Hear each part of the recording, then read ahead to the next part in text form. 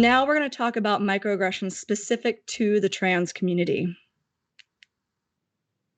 So some common microaggressions include misgendering and or transphobic language. Now, we began to discuss this in chapter 1 of this course, and we talked about using the right pronouns and using appropriate terminology.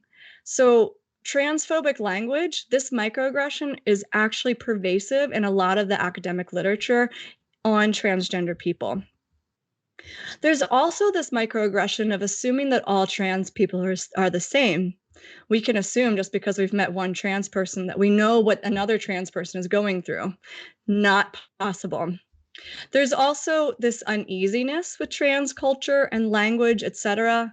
And this is where, for example, when I was talking about pronouns earlier, where you working to gain fluency with somebody's pronouns and learning how to use the accurate terminology is part of undoing this microaggression. There's also enforcement of the binary or gender normativity, expecting that all trans people should fit into a certain norm. I can say that as a trans non-binary person. Sometimes I get asked, so what is your trans non-binary voice? Or maybe you're expecting somebody to fit into certain norms. There's also this idea of familial microaggressions, which I bring up in this moment because it tends to be coming from people who've known trans people for a long time.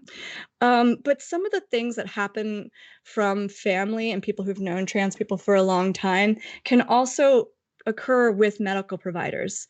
There's this quote from this article from Nadal et al. 2012 of "we don't really see it," meaning that the individual doesn't really see how the trans person is the gender that they say they are. And I bring this up because I've heard doctors say, "Oh, I could really tell that that person was a woman," or "I could really tell that that person was a man." And I want to again remind you that no, none of us have that magic power.